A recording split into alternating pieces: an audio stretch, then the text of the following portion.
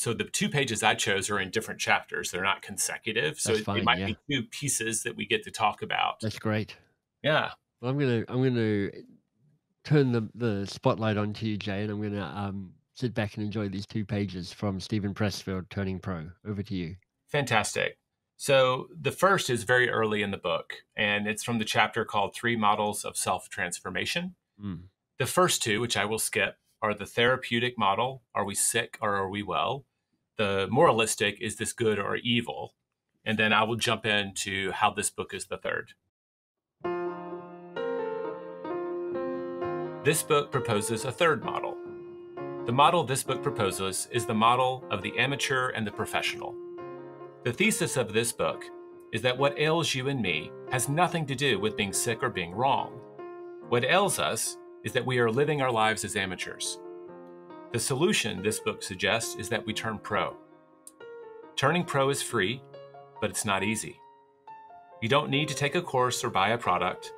All you have to do is change your mind. Turning pro is free, but it's not without cost. When we turn pro, we give up a life with which we may have become extremely comfortable. We give up a self that we may have come to identify with and to call our own. We may have to give up friends, lovers, even spouses. Turning pro is free, but it demands sacrifice. The passage is often accompanied by an interior odyssey, whose trials are survived only at great cost, emotionally, psychologically, and spiritually. We pass through a membrane when we turn pro. It hurts. It's messy. It's scary. We tread in blood when we turn pro. Turning pro is not for everyone. We have to be a little crazy to do it, and even want to. In many ways, the passage chooses us. We don't choose it. We simply have no alternative. What we get when we turn pro is we find our power.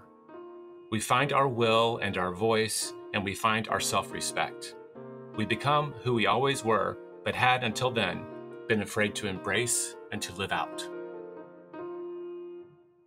That's wonderful.